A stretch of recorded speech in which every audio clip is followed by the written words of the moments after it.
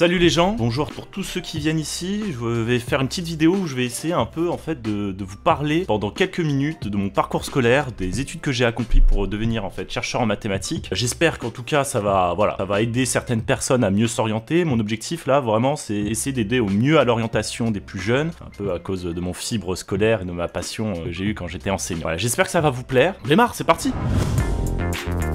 Premier point que je voulais commencer, c'est déjà un peu mettre le décorum, c'est dire parler un peu de mon milieu social. Il faut savoir que j'ai grandi en fait dans une petite cité à Créteil-les-Chats, c'est à côté de Paris. Super sympa, assez calme, il faut pas croire que c'est l'image de cité qu'on a tous, c'est une cité assez cool, assez cosy, avec vraiment là mes meilleures années avec des amis très proches, avec qui j'ai passé d'excellents bons moments. Mes parents étaient divorcés, j'avais donc un grand frère que je voyais très peu puisqu'il allait partir vivre souvent après avec mon père. Voilà, et dans ma famille, il faut savoir que personne n'a fait des études, donc je viens pas d'un milieu social vraiment très favorisé. Je suis le seul aujourd'hui dans ma famille, je crois, le seul dans ma famille à avoir un bac+8 pour vous dire, avec mon cousin qui a un bac+5, déjà que c'est énorme, voilà, j'ai pas eu la chance en tout cas d'avoir beaucoup d'aide en tout cas pour m'aider dans mon parcours. Et vous allez voir que ça a beaucoup joué en fait dans mon quotidien parce que à chaque fois j'ai galéré et quand j'avais besoin d'aide, j'avais strictement personne pour être là avec moi et ça a été compliqué. Pour recommencer, il faut savoir que la première partie en fait dans mon cursus, ça a été mes années en primaire et au collège qui ont été très difficiles parce que j'étais quelqu'un d'extrêmement timide, de réservé. J'aimais pas trop le contact avec les gens, je pouvais même être très agressif avec les gens qui essayaient de s'approcher de moi parce que j'avais peur. Donc j'étais timide, discret, j'avais des difficultés en langue, j'étais dyslexique, dysgraphique, j'avais plein de problèmes de linguistique, j'avais développé mon langage très tard. Et pour moi, c'était très difficile de suivre des cours de français que j'aimais, pourtant j'aimais le français, mais c'était très difficile. Et les mathématiques, j'y arrivais pas tant que ça,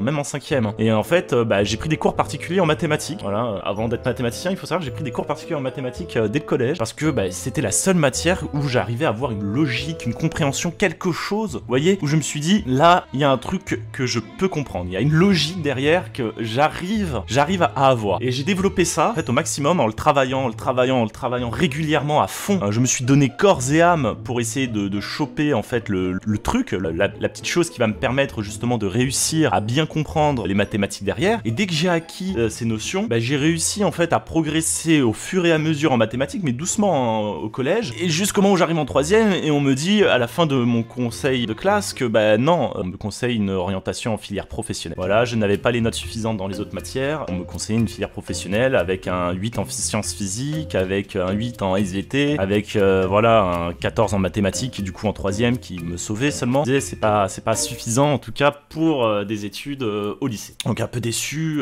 triste, mais l'équipe pédagogique d'enseignants qu'il y avait derrière, ils me disent Guillaume, au pire des cas, c'est pas très grave, donne-toi à fond, essaye de progresser et nous montrer que en fait tu es capable d'aller en filière générale. Et du coup, je me suis donné à fond, j'ai pris des cours en sciences physiques, j'ai pris des cours en SVT, je me suis entouré de plein de gens qui pouvaient m'aider, je me suis donné à fond, j'ai travaillé à fond en persévérant. À la fin, on m'a dit bon écoute, il y a un progrès certain, t'es passé 14 en sciences physiques, du coup on t'accepte en lycée filière générale. Donc je suis parti en seconde générale sans souci suite à mes progressions, mais ça a été un poil de cul près. Et c'est là où les choses ont commencé, je suis parti donc au lycée Léon Blum à Créteil pour commencer en seconde, où là-bas, ça a été apocalyptique. Ma seconde a été apocalyptique, j'avais des sales notes absolument partout. Pour me dire, même en maths, j'avais des 8 en maths, des 8 en SVT, des 8 en physique-chimie. Je crois que c'était la collection, c'était 8 au premier trimestre, et au deuxième trimestre, c'était pas beaucoup mieux. C'est compliqué. Alors en plus, j'avais une prof de SVT qui ne m'aimait pas du tout, et qui me le faisait savoir, vu qu'elle me mettait 0 quand j'étais absent, et que mon absence était justifiée. Elle s'en foutait, surtout que je tombais malade, j'y pouvais rien. Désolé qu'au mois de décembre, en hiver, on tombe malade. Et oui, on chope des grippes. Et ça, je crois qu'elle ne pouvait pas le comprendre. Et elle a même dit aux gens de la classe, de toute façon, les gens absents, c'est tant pis pour eux. Et elle a ruiné ma scolarité et mon dossier juste à cause du fait que j'étais malade. Donc cette prof, j'espère vraiment qu'elle a eu des soucis suite à ce comportement. Donc, je l'ai fait savoir. Heureusement que ma mère était parent délégué d'élèves parce qu'elle l'a fait savoir qu'il y avait cette injustice. Et grâce à ça, en fait, donc ces notes ont été un peu édulcorées lors du conseil. J'avais une équipe pédagogique d'enseignants à côté d'elle, heureusement, qui était super bienveillant. Et malgré mes difficultés, j'ai pu montrer quand même que j'avais une grande capacité de travail. Je travaille énormément au lycée et cette capacité de travail m'a permis quand même de progresser dans plein de matières, que ce soit en français où je suis passé au-dessus de la moyenne, en histoire où je suis passé au-dessus de la moyenne, en mathématiques où je suis passé au-dessus de la moyenne à 12 seulement en seconde, en sciences physiques où je suis passé au-dessus de la moyenne et pas en SVT parce que voilà. Et suite à ça, j'ai réussi quand même à progresser au point où on m'a demandé tu es sûr que tu veux pas aller en filière technologique STI, ça tirait mieux quand même vu tes notes. Et non, je voulais pas y aller, j'ai dit non. Moi, une filière STI, ça m'intéresse pas parce que je souhaite faire des études, j'adore l'école. Voilà, je veux faire des études et une filière technologique, c'est pour faire des études courtes, ça m'intéresse pas. Donc l'équipe pédagogique, super bienveillante encore. Hein. Ça, je peux vous dire, c'est la chance que j'ai eue. Je crois que c'est d'avoir des professeurs et un proviseur aussi vraiment bienveillants et au poil et qui m'ont accompagné de A à Z et qui m'ont proposé à partir donc dans une filière S sciences de l'ingénieur, SSI. Donc c'est S avec option sciences de l'ingénieur, c'est-à-dire qu'on enlève les matières SVT de mon cursus première terminale et qu'à la place on mette des sciences de l'ingénieur. Sauf que j'avais jamais fait de sciences de l'ingénieur, je savais pas ce qui m'attendait, j'avais peur, je m'en souviens. Ma mère elle me voyait anxieux, je savais pas à quelle sauce j'allais manger, surtout que j'allais partir dans un nouveau lycée. Alors un lycée en plus Édouard Branly à Créteil. À l'époque il y avait 98% de garçons. C'était un lycée, il y avait 5 filles dans le lycée hein, pour vous dire. L'ambiance était glauque. Je me dis ok, à quelle sauce je vais être mangé. Voilà, on me dit à ce moment-là, déjà il va falloir que tu rattrapes un an de programme de sciences de l'ingénieur, de dessin industriel, d'électronique, des trucs que je comprenais rien. On me sort des matières, les noms je serais incapable de vous épeler. Je me dis mais putain je suis dans la merde. J'ai bossé comme un dingue. En plus la matière sciences de l'ingénieur, c'est dingue parce que je connaissais pas du tout mais ça me plaisait. J'avais un prof, bon les profs c'était des ivrognes totalement cinglés dans leur tête mais ils étaient très sympathiques. Et j'ai appris plein de choses quoi. Des choses que je pense qu'aujourd'hui ça me sert en plus. Et je regrette pas d'avoir fait ce choix parce que grâce à ça j'ai eu mon bac. J'ai réussi à progresser au point où en mathématiques j'ai nourri une véritable passion avec le professeur que j'ai eu. J'ai eu un professeur de mathématiques qui est aujourd'hui inspecteur, IAIPR, qui m'a donné une fibre des mathématiques.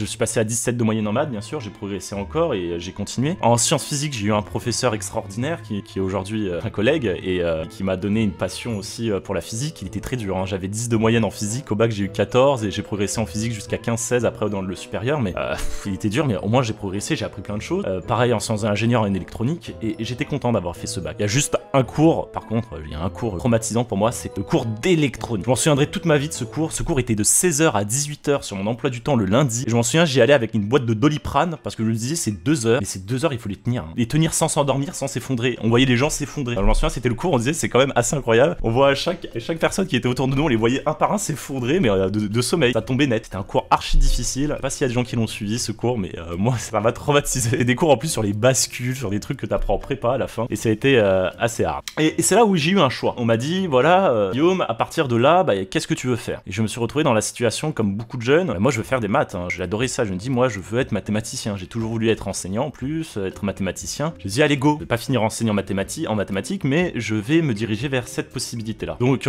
les possibilités c'est quoi pour faire des mathématiques? C'est une CPGE, une prépa, mais avec mon dossier je me dis ça va être compliqué. Je vais tenter, mais bon c'est quasiment mort. Et après on me dit le rythme là-bas est super intense. Je me dis peut-être pas fait pour moi non plus. Vaut mieux pas que j'y aille même si je les ai. Après on me dit sinon il y a école intégrée, des écoles intégrées qui sont sont très bien, mais qui permettent ensuite de faire des maths appliquées. Mais moi je voulais faire de la théorie, je voulais de la logique, je voulais des trucs durs. J'aimais la difficulté. Hein. Il faut savoir que j'aimais galérer, j'aimais en chier en maths. Hein. C'est ça que j'aimais. Et après on me dit sinon il y a les universités. Je peux partir en faculté de sciences à Créteil par exemple. Tu seras bien accueilli. Et je me suis dit pourquoi les facs ça a mauvaise réputation, les universités on sait comment c'est quoi. Et en fait non, pas du tout. Je connaissais les professeurs là-bas, je voyais comment on pouvait s'en sortir. Je me suis dit au contraire c'est un endroit bienveillant où tu peux y aller à ton rythme, les professeurs sont là à ton écoute. Au contraire c'est un endroit où je pense tout le monde a sa chance de réussite par rapport à d'autres endroits où j'avais peu de chance de réussite. Et je me suis dit je vais prendre la fac. Voilà. Et au pire des cas, c'est pas grave, je suivrai des cours à côté pour, si j'ai un retard dans quoi que ce soit, je rattraperai ce retard en prenant des cours à côté, en faisant d'autres choses à côté. Donc je suis parti à la fac, à Créteil exactement, et à Créteil, mais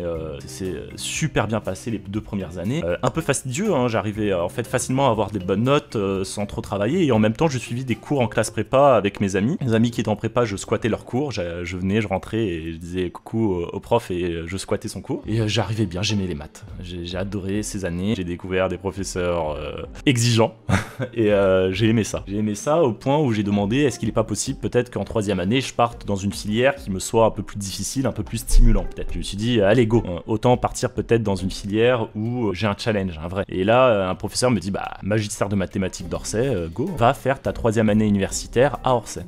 C'est quoi? On me dit tu vas voir là-bas ça va être dur, il faut que tu t'accroches. Je vais m'inscrire en bac+3 à Orsay avec l'option magistère. Et j'en ai chié parce qu'on était 3-4 universitaires et le reste, les 60 autres élèves et étudiants, c'était tous des élèves qui venaient de classe prépa, qui avaient eu des concours mines, au moins centrale mine, et qui ont été du coup admissibles à ces concours pour ensuite intégrer le magistère de maths. Et je me retrouve avec des monstres en mathématiques qui ont fait des MP étoiles, alors que moi je fais bac+2 mathématiques seulement. J'ai pas leur connaissance, je suis en retard, je rattrape comme un dingue ce retard, je bosse comme un psychopathe. Mais comme un psychopathe. Quand je dis je bosse comme un psychopathe, j'ai passé des nuits blanches à travailler. J'ai passé ma vie, j'ai joué ma vie vraiment à travailler tout ça. Je voulais réussir parce que j'aimais de ce que je faisais. C'était dur, c'était très dur, mais j'ai adoré ce que je faisais. Et en plus, vraiment, je me dis putain, il y a 1000 possibilités derrière quoi. Je me dis les métiers que je pourrais faire derrière, ce que je pourrais apprendre, ce que je pourrais faire. J'ai progressé comme un dingue. Je pense que c'est l'année où j'ai le plus progressé en mathématiques, c'était lors de cette année. Et j'en suis fier d'avoir fait ça. Par contre, la chose que j'ai le plus regretté là-bas à Orsay, c'est la façon dont on est dévalorisé. On est vraiment, j'ai connu un professeur en particulier qui m'a totalement dévalorisé. J'étais malade, il faut savoir. Cette maladie d'ailleurs qui va jouer des tours l'année d'après. Et je commençais à avoir une maladie. Elle s'est moquée de moi. Elle m'a conseillé d'arrêter les mathématiques. Elle voyait que j'avais des meilleures notes en informatique. Il faut savoir que j'étais extrêmement doué en informatique lors de mes débuts d'études. J'étais doué, voilà, j'avais un don pour l'informatique que je ne connaissais pas, je ne savais pas. On m'a dit va faire de l'info, t'es pas fait pour les maths. Ça m'a tué parce que je ne voulais pas faire d'info quoi. L'informatique c'était une passion, j'en faisais parce que j'aimais ça et j'étais bon là-dessus parce que je faisais ça à côté. J'ai commencé l'info quand j'étais très jeune et on m'a dit bah tu devrais partir là-bas, t'es meilleur là-bas, va là-bas. Je veux faire quelque chose qui me plaît. Et ça a été dur parce que voilà, la professeure elle comprenait pas et on m'a dévalorisé à mort. On m'a dit mais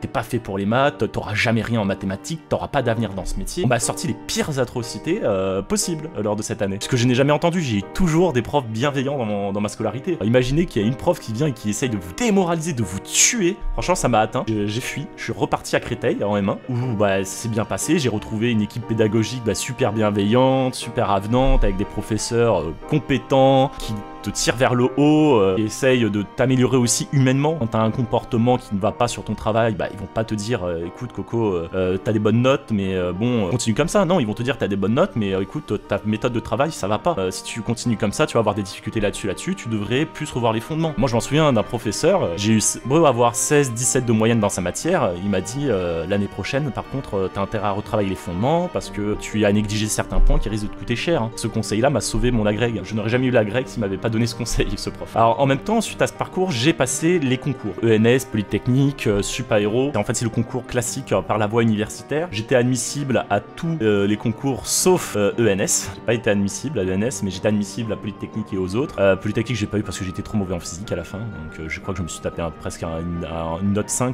je crois, en physique à l'oral et voilà. Et Sup Aéro, je l'ai eu. J'ai eu Sup Aéro, je crois, à la fin, mais j'ai pas été parce que je voulais être mathématicien. Donc à la fin, j'ai décidé de passer la prépa agrég de mathématiques. Mais à ce moment-là, quand je finis mes études de M1 et que je souhaite partir en prépa agrég de mathématiques, il m'arrive une tragédie, c'est que je tombe vraiment malade, mais violemment.